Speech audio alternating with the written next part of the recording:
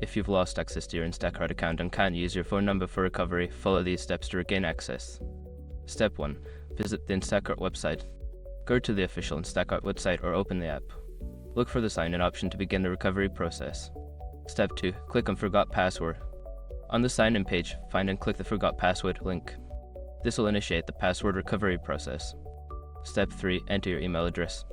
Input the email address associated with your Instacart account.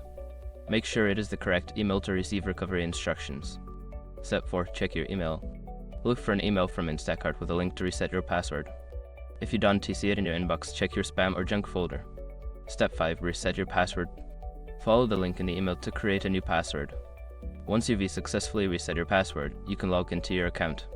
If you continue to experience issues, consider reaching out to Instacart's customer support for further assistance.